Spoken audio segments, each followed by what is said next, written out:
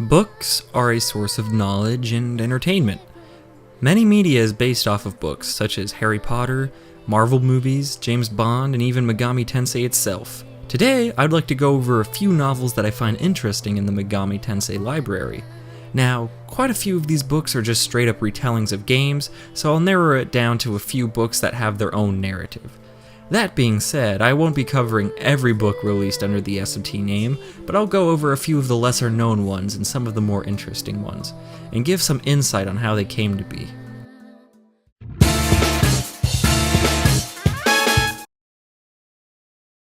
First, I'd like to talk about the novel that started it all, Aya Nishitani's digital devil story, Megami Tensei. I did a video going more in depth on the history of Aya Nishitani, and you can watch it right here. But allow me to give you a refresher course. Aya Nishitani grew up in the after effects of the age of US occupation in Japan. Western culture was becoming more and more prevalent in Japan, and as such, demand for IT jobs grew more and more. This cultural shift inspired Aya to write a novel about what would happen if a skilled enough programmer were to be coerced into making a program with malicious abilities. Now, you might think, oh, a book about a hacker, right?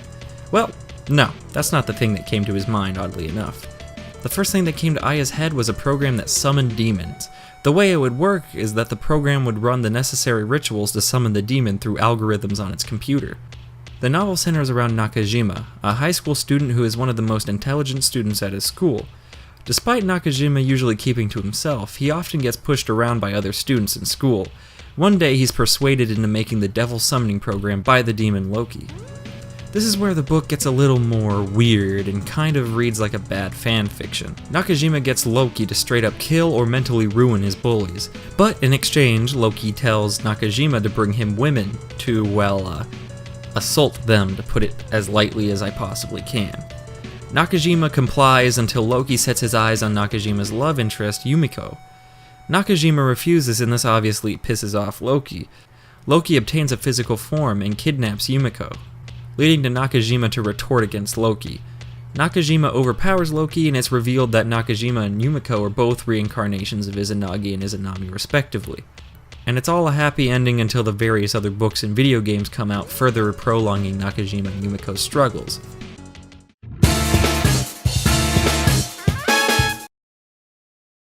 The next one I'd like to talk about is actually an ongoing series called Quantum Devil Saga Avatar Tuner. Sounds very familiar to Digital Devil Saga Avatar Tuner, right? Well, that's because it's essentially a retelling of the original Digital Devil Saga story that was supposed to be. It is currently being written by Yu Godai, who is one of the head writers of the original Digital Devil Saga game. She came up with the idea with then Atlas writer Tadashi Satomi. She helped outline the story before having health issues which led her to back out of the project, leaving Tadashi to do most of the work on the game. Years later, Yu is back in good health, and she decided to write a novel based on the series of what her original vision for Digital Devil Saga was going to be. She decided to call it Quantum Devil Saga instead. Instead of reciting the near-identical plot to Digital Devil Saga, I'll instead briefly refresh the plot and go over some differences between the game and the novel. The general story is that a puppet master-like being is commanding all these tribes in a place called the Junkyard to fight each other for survival. The last surviving tribe gets to obtain nirvana and true inner peace.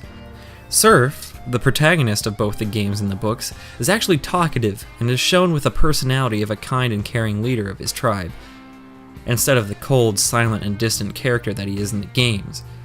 All the characters have eye colors matching their hair color before being awakened, instead of being gray like they are in the games. The people who are infested in the books also gain the power to control their transformative abilities, unlike in the game where they seem to stick in an animalistic rage. Also, the character designs are far different from Kaneko's designs from the game, looking more like a glam rock band than war-torn soldiers.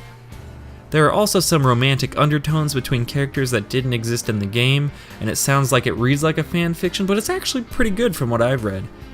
As of now, it's still being written, and only a few of the books have been translated in English, but hopefully the rest will come soon, because it's really interesting to see how Digital Devil Saga could have been if things turned out different.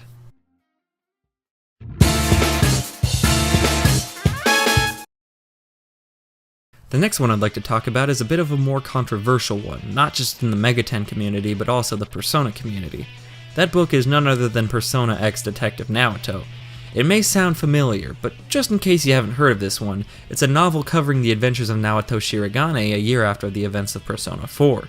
It must be noted that this novel is in fact non-canon to the Persona timeline, but that is because of how not great it is. It is written by Natsuki Mamiya and illustrated by Shuji Sogabe, who illustrated the Persona 3 and 4 manga adaptations. Soejima also provided some promotional material for the novel. The novel is about the disappearance of some high school kids, which leads to Naoto to pursue the case. She is reintroduced to an old detective partner, but this is where it gets weird. If you thought Persona 4 Arena was the first time where the worlds of P3 and P4 collided, you'd be wrong. In this novel, Naoto is also partnered up with a mechanical detective, which may or may not be something similar to an anti-shadow suppression weapon, much like Aigis from Persona 3. He has the power of Persona much like Naoto, and the three work together to solve the disappearances. But the plot thickens when our heroes find out about an extension of the Shadow World called the Midnight Site. It's like a Midnight Channel entity except it's online. This novel was once considered canon, but due to the release of Persona 4 Arena and the poor reception from fans, it is no longer such. The light novel started out as such, just a light novel, but was later adapted into manga form. Speaking of Megaten manga, there are quite a few of them.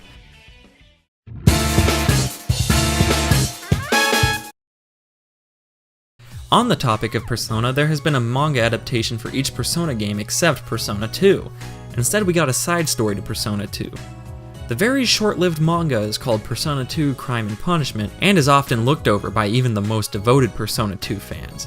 And that's because it's not really important in the grand scheme of things, but it's still an interesting oddity regardless. The manga follows Kazuma Kaiba, who is a student who also attends Seven Sisters High School. It begins with Kaiba encountering Philemon in a dream. This inspires him to have a masquerade ball for the school festival. Kaiba and his friends stop by a mask shop ran by a mysterious man with a long nose. Shortly thereafter, his friend mysteriously disappears, and we follow the adventures of Kaiba trying to find his friend with the new mysterious power of Persona. There isn't much to be said about the manga because, like I said, it didn't really last that long, and doesn't really have a true conclusion, but it will always remain an oddity on the Persona/Megaten library.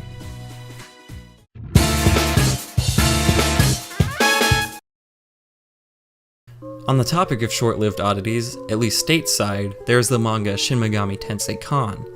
Kan was written by Kazuki Yanagasawa, and served as a sequel to the game SMT If. It had a run of 9 volumes in Japan, but oddly enough, the manga was only brought into America for 2 volumes. What I find odd about this is why would they bring it to America when it's a sequel to a game that didn't even come out in America? And why would you even start it, and then just drop it 2 volumes in? The whole affair is very weird, and maybe we will never really know why it was discontinued stateside. The manga follows Nobu and Yumi, who are the only students to survive the events of SMT If. They are transferred to separate schools where they lose contact. Suddenly, 2 groups appear from the original SMT game and set their eyes on both students since they have links to the events that happen in SMT If. Those groups being Goto, a military general who is tempted by demons, and the Order of Messiah. The story kind of plays out like an odd retelling of SMT1, such as the main character's mom is killed by a demon, his first demon is Pixie, and they try to escape the plight of Thorman only to result in a post-apocalyptic future. Like I said, I never really understood why the manga was translated in America, considering that the plot relies heavily on the 2 games which never came out in America at the time. And these are just a few of the manga and novels in the Megaten library. A few of these have been translated, whether it be officially or by fans, and you could read them now, but a few of the other ones unfortunately remain Japanese only, which is a shame, because despite a few of the books not really being all that great, they are still important parts of SMT history, much like the games and even the anime. And I'm not just talking about the Persona animations.